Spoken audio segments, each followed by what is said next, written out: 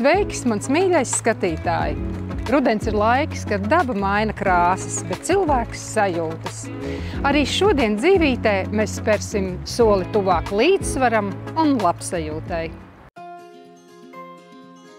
Kustība – tā ir brīvība. Tā ir sajūta, ka ķermenis un prāts joprojām iet vienā ritmā. Novecošanās, protams, ir neizbēgama lieta jebkuram cilvēkam, jebkuram organismam, bet jautājums ir tāds, kā un cik efektīgi mēs novecojamies. Vai šī novecošanās notiek ar apgrūtinājumiem, vai tas ir pilnīgi dabiski un jauki. Novecot dabiski, tas ir dzīvot ar vieglumu, nevis cīnīties ar gadiem. Esot 60, 70, 80 gados, mēs paši bez palīdzības varam piecelties no krēsla, mēs varam uzkāpt pa kāpnēm, mums nav nepieciešama varbūt kaut kāda asistēšana, un mēs jau gribam būt pašpietiekami, mēs vēlamies būt tātad spēcīgi, stipri savā ķermenī, un tad locītava ir tas elements, kas mums dod to triecienu absorpciju, jeb tā kā uzņemšanu. Tātad, un tā locītava arī ir tas, tas svarīgākais posmiņš, kas ir jāuztur mūsu ikdienā, tātad veselam. Kā saprast, ka tās ir dabiskas pārmaiņas? Un kad signāls, ka locītavas prasa palīdzību? Jā, šis ir ļoti svarīgs jautājums un labs jautājums. Ja ikdienas kustības vai, pēc tā sēdošā darba vai pēc lodzītes, šī sajūta, kad ir neliels stīvums, nelielas sāpes, pazūd diezgan ātri. Tas varētu būt dienas laikā, 2 dienu laikā, bet tas ir tāds iespējami risināms pašam cilvēkam. Tad šis viss ir normas robežā. Savukārt, ja šī locītava ir pietūkusi, ir sārta, varbūt ļoti sāpīga, pašam cilvēkam varbūt arī kaut kāda druģa elementi, tas noteikti jau liecina par to, ka šai problēmai ir nepieciešama jau tā kā padziļinātāka izmeklēšana. Taču jāatminas, ka tieši kustībā slēpjas veselība, spēks un jaunības noslēpums. Mūsu 21. gadsimta tāda epopeja ar sēdošo darbu ir tas, kas mums arī noved līdz tam, kad šī locītava neuzņem šo barības vielas. Tādēļ, kad nenotiek aktīva asinsrite ap locītavu. Jo mēs vairāk sēžam, jo mēs vairāk nekustamies, tas nozīmē to, kad šis locītavas krimslis un locītava pati, viņš pamazām deģenerējas un viņš pamazām izzūd. Un tas arī noved pie tā, kad locītava kustoties var saņemt lielāku berzi, lielāku spiedienu, un tas arī var radīt sāpes. Svarīgi atcerēties, locītavas arī ir jāpabaro. Viens no būtiskākajiem elementiem, kas tām nepieciešams, ir kolagēns. Jautāsim farmacētam, kā to uzņemt, ja organisms vairs nespēj to pietiekami saražot pats. Kolagēns ir ļoti svarīgs proteīns. Var teikt, ka tas ir tāds svarīgs būvmateriāls mūsu cīpslām, locītavām, saitēm un visām tām struktūrām. Kolagēns tiek dabīgi ražots organismā, bet, diemžēl, pēc 25–30 gadiem tā sintēze samazinās. Tāpēc arī laicīgi jāsāk domāt par to, lai uzņemtu kolagēnu papildus, kā arī par kvalitatīva dzīvesveida uzturēšanu. Ķemiogemze ir unikāls, ļoti kvalitatīvs Šveicē ražots produkts, kas satur 1. un 2. tipa kolagēnu un C vitamīnu. Kastītē ir 60 kapsulas, kas arī ir piemērotas tam kursam, jālieto 2 mēneši. Ķemiogemze satur unikālu formulu, kuru organismam viegli uzsūkt un arī izmantot turpmāk kā būvniecības materiālu, lubricēt mūsu locītavas un atvieglot kustību. Neaizmirsīsim, kustība ir tas, kas visu iedarbina. Tieši tā palīdz organismam nogādāt nepieciešamās vielas līdz locītavām.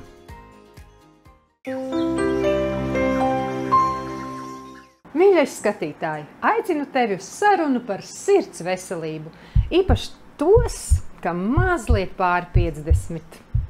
Noskaidrosim, kā mūsu sirsniņa noveco un kā to atbalstīt. Mūsu šīs dienas eksperti Andrejs Nikolājevs, farmaceits, Eva Moreino, ģimenes ārste un Mārīte Kozlovska, brīnišķīga aktīva dāma. Visiem ir zināms, ka sirds ir muskulis. Un saki, lūdzu, vai viņš arī noveco līdz ar mums? Par to sirds muskuli man ir iebildums. Daudzi domā, ka tas ir motors.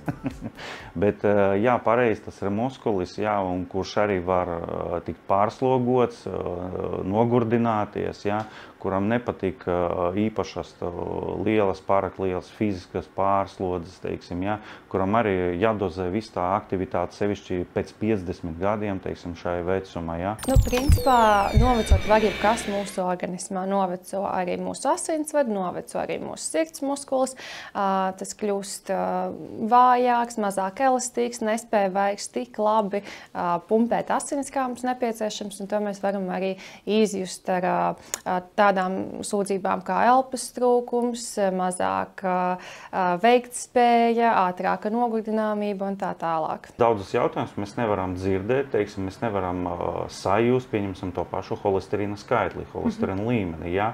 Un daudzi cilvēki nemaz neiedomājoties, ka tam ir jāseko līdzi tāpat, ka savam svaram, pieņemsim, jā. Ja cilvēkam uzturs ir tāds diezgan tāds nelabs, nav pilnvērtīgs, tad viņš to holesterīna līmeni var diezgan ātri krāt. Un tas jau ir tas viens no sirds riskiem, kas sāk, bišķiņ provocēt tavu sirds veselību. Normālais veselais pulss, principā, dažādā literatūrā, dažādos avotos ir atrodams atšķirīgs. Es teiktu, ka no 55 līdz 90 tas ir tas pulss, kurā mēs jūtamies komfortabli. Ja? Citviet ir līdz 100, bet parasti cilvēki sāk just to paaugstināto pulsu sākot no 90. Maksimālo pulsu aprēķina 220 mīnus jūsu vecums. Nevajadzētu pārsniegt to, ja? Tātad citādi jau mēs esam domāti par kādu aritmiju. Ja mēs runājam par asinsspiedienu, tad 120 uz 80 vai pat zemāks būtu tas ideālais. Ja jau paaugstināts, tad jāskatās. Tad jau mēs runājam par paaugstinātu asinsspiedienu risku. Saki, Andrej, kādi ir ieteikumi, kā mēs varam atvieglot savu sirsniņu? Vai tās ir fiziskas slodzes, vai tas ir ūdens patēriņš ikdienā? Lai atvieglotu sirsniņu, tevi būtu jānoslogo, teiksim, jā. Bet, lieta tāda, ka ir jānoslogo sevi fiziski ik pa laikam, teiksim, jā, kaut kādas tādas kardiopastaigas, es viņus nosauktu, jā. Tad ir jāpieseko līdzi, ko tu ēd. Neaizmirst, pieņemsim par tam pašam zivjueļam, omega augstskābēm, teiksim. Tad ir labi jāizguļas, jo sirdī nepatīk, ka tu neizgulējies. Vēl viens moments vīrusu laikā. Es pamanīju, pieņemsim, ja cilvēks slimo, kad es pats personīgi esmu slimojis, puls par 10–15% viņš pieaug. Ja? Ja mēs runājam, ka 60–80 ir normā, tad, kad cilvēks guļ ar temperatūru, viņam 100, 110, pat 120 var būt puls vienkārši guļ stāvoklī. Ja? Un tas nozīmē, ka uz to brīdi sirds tiešām izjūt to lielāku slodzi. Tie ir tādi, triviāli, varbūt triviāli instrumenti, kā atbalstīt savu sirds veselību. Ja? Un pirmais noteicošais varbūt arī ir tā fiziskā aktivitāte. Tas ir adrenalīns, kustība. Cilvēks kustībā, viņš sevi atjauno. Man tāds iespējas. Man liekas, ka jo es vairāk kustos, jo es jūtos jaunāk. Es nejūtu savus 73 gadus. Man liekas, ka man gribas vēl idejot.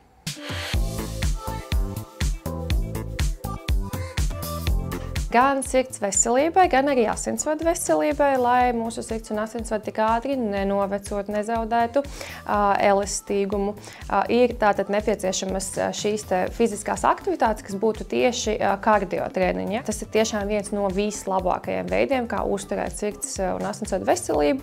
Protams, mēs varam runāt arī par to, ka šādā veidā mēs uzturam veselīgu svāru un uzlabojam savu noskaņojumu. Tātad arī visi šie papildus bonusi, kas arī pozitīvi ietekmē mūsu sirdi.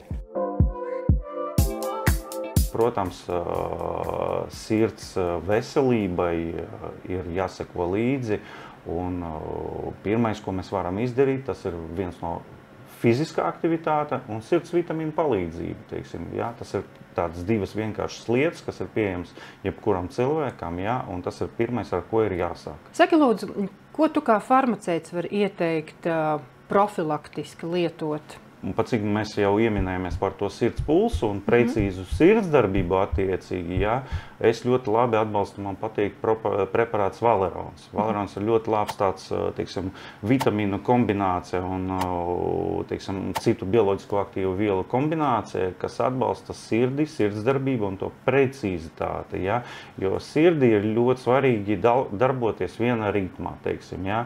Un viņam sastāvs ir izveidots tā, lai, teiksim, pret stresu viņš nedaudz mazinātu to uztraucamo pulsu, ja? Un arī no bioķīmiskā mehānismā viņš arī darbojas, uzlabo, ja? Un kopumā viņš nodrošina tādu precīzu sirds ritmu, ja? Aptiekā ir ļoti liels piedāvājuma klāsts arī sirds atbalstam. Kāpēc tieši Valerona? Kāds tur ir tas īpašais sastāvs un tik laba iedarbība? Nu, pirmam kārtam aptieka tiešām ir ļoti daudz tā izvēle, ja? Un daudzi produkti viņa pārsvarā balstīti pēc iedarbības mehānisma kā monopreparāti. Vai nu tas ir magnija preparāts, vai nu B grupas vitamīnu preparāts, ja?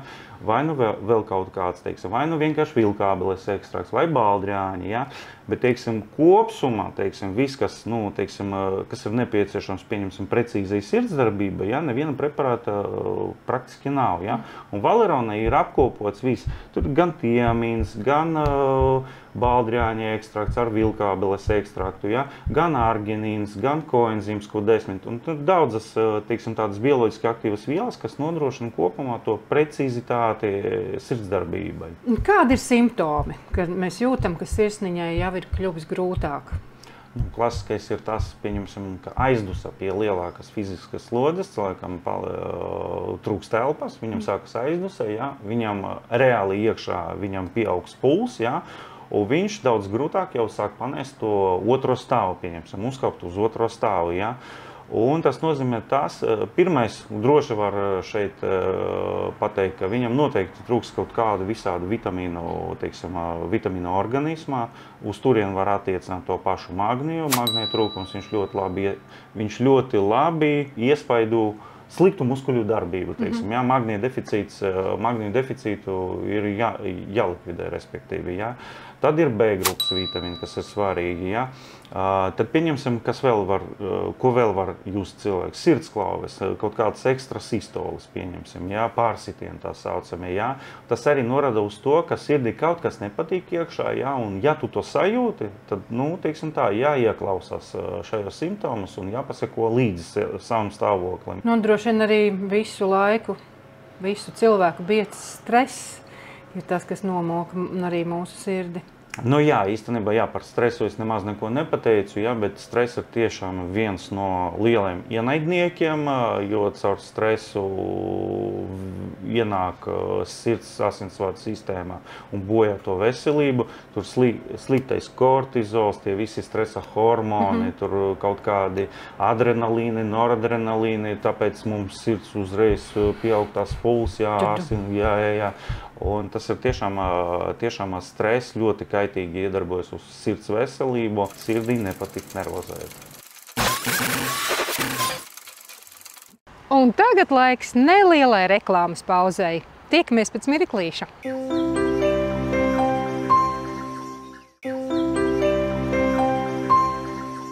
Būs jāstāsta taisni iekšā aparātā. Jūsu uzdevums pagaidām ir skatīties tikai taisnus priekš, kur tāds punktiņš ir iekšā, un uz to punktiņu arī skatāmies.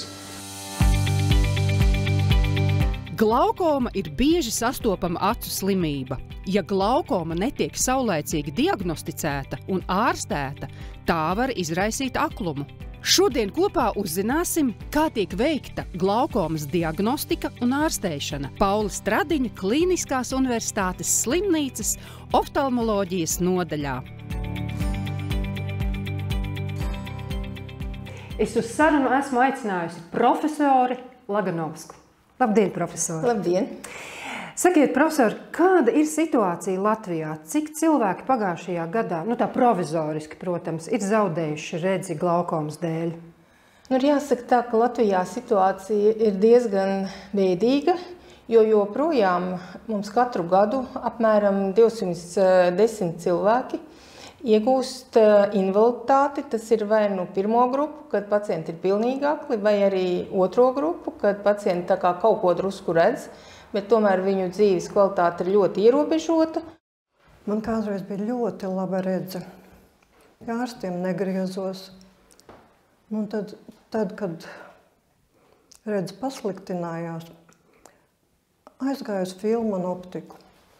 Tur vispirms pārbauda acu spiedienu.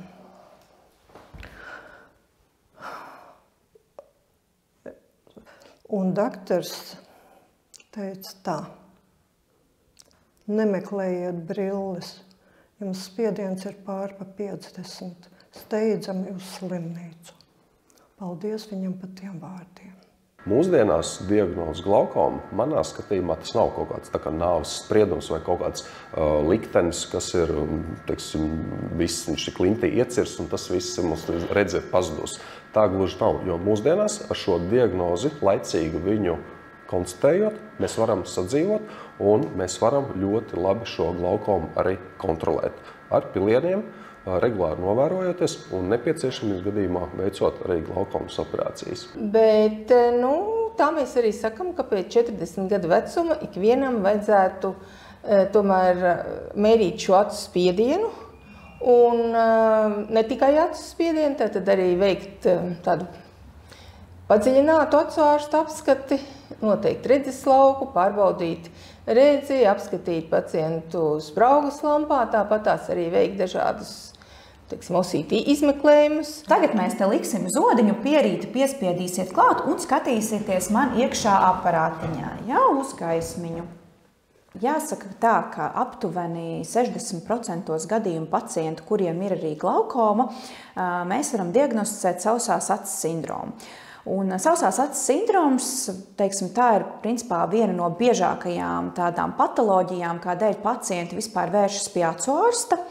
Tās pamata sūdzības ir gan graušanas sajūta, diskomforts, svešķermeņa sajūta, varbūt asarošana, niezēšana, dedzināšana. Ļoti tāds plaša spektra, daudz dažādi simptomi var būt. Ja glaukoma ir atklāta, pacients ir griezies pie ārsta, ir viņu atklāta, kādi ir tie ceļi, lai ārstētu? Vismaz apārstētu, jo glaukoma jau nav ārstējama, kā jūs teicāt. Principā ir tā, ka lielākā daļa pacientu tiek ārstēti ar acu pilieniem. Un ir regulāri jāpilina acu pilieni, un šie pilieni samazina acu spiedienu, un tādā veidā tā glaukoma tiek apturēta. Un pētījumi parāda, ka jo zemāks acu spiediens, jo šī atrofija progresē lēnāk. Un te gan ir jāsaka tas, ka ir daļa slimnieku, kuriem vispār nekad acu spiediens nepaukstinās, jo, teiksim, tā, ka glaukoma atklāja pirms 200 gadiem, tad domāju, ka glaukoma ir tikai augsts acu spiediens. Bet, diemžēl, tagad ir konstatēts jau tas, ka puse slimnieku zaudē redzi lēnā garā, un viņiem spiediens nekad nav paaugstinājies. Un šeit man ir jāpiemina vēl, varbūt tomēr jāsaka tas, ka tas paradoxālais ir tas, ka tie slimnieki, kuriem glaukoma konstatē un viņiem ir zems acu spiediens, šie slimnieki ir ļoti grūti ārstējami. Ja? Jo šiem slimniekiem pat samazinot vēl acu spiedienu, tomēr šī atrofija notiek biežāk un, teiksim, tā atrofija turpinās, ja? Nekā tiem pacientiem, kuriem mēs konstatējam glaukomu un ir ļoti augsts acu spiediens, un mēs šo acu spiedienu samazinām. Un šiem slimniekiem ir tā kā cerīgāk saglabāt šo redzi ilgstoši visu dzīves garumā. Glaukoma tiešām ir ļoti grūti, ja principā neizārstējama slimība. Pamatā mēs pacientus ārstējam ar acu pilieniem.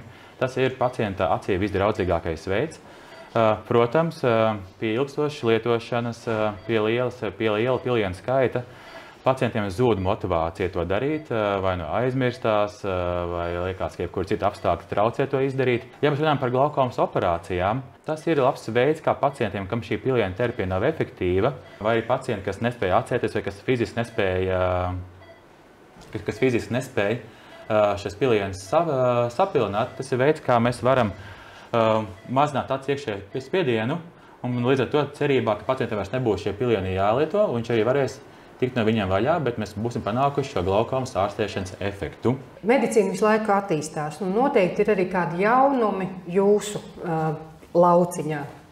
Pie glaukomas operācijas mēs parasti izveidojam tādu kā caurumiņu, tādu rezervāru, pa kurien tas liekais šķidrums attek šajā rezervārā.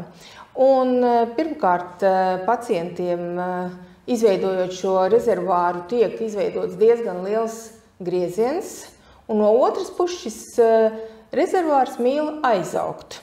Tas ir divas tādas lietas, kas mums nepārāk patīk. Jā. Un tagad ir izveidoti tādi implanti, tad tās tādas speciālas trubiņas, jeb tādi stentiņi, kurus mēs ievietojam caur mazu griezieniņu acī, un arī šiem stentiem, nav tāda tendence aizaugt. Tā kā glaukomas ķirurģija attīstās.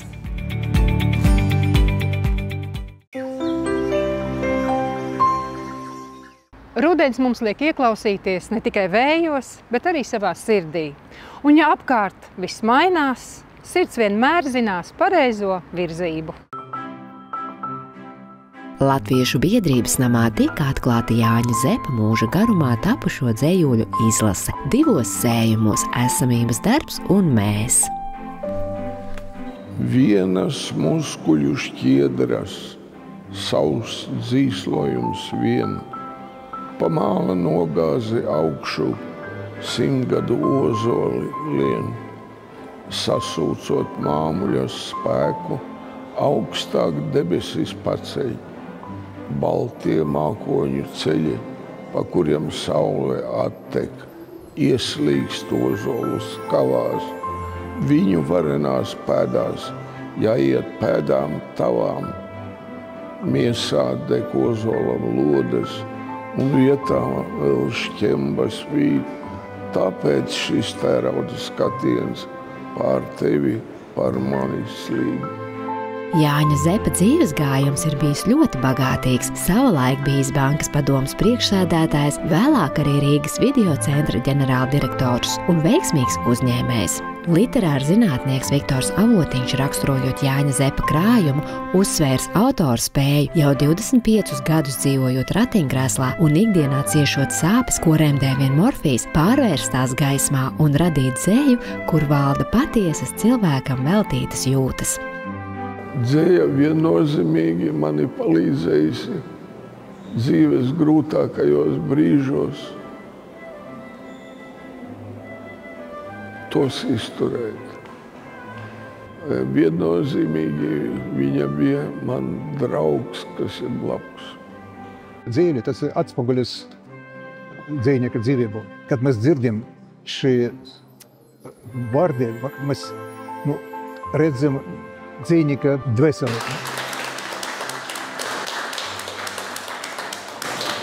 Viens no dzējnieku tuvākajiem draugiem ir profesors Romans Lācis, kuram arī Jānis Zepes veltījis dzējoli.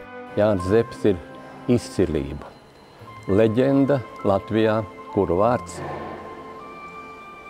ir un tiks ierakstīts ar zelta burtiem. Viņš ir dzējnieks, viņš ir mākslinieks, viņš ir inženieris, viņš ir uzņēmējs, veiksmīgs, viņš ir brīnišķīgs cilvēks, sirsnīgs.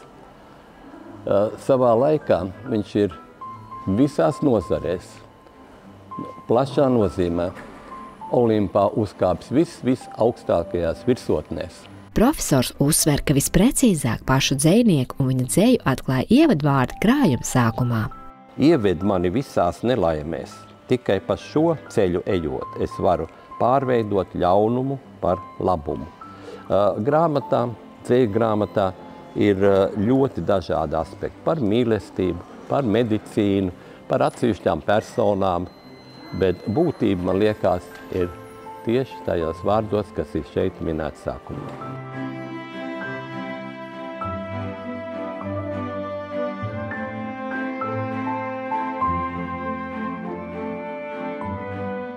Mans mīļais skatītāji, lai katra diena ir solis tuvāk mieram, veselībai un gaismai tevī.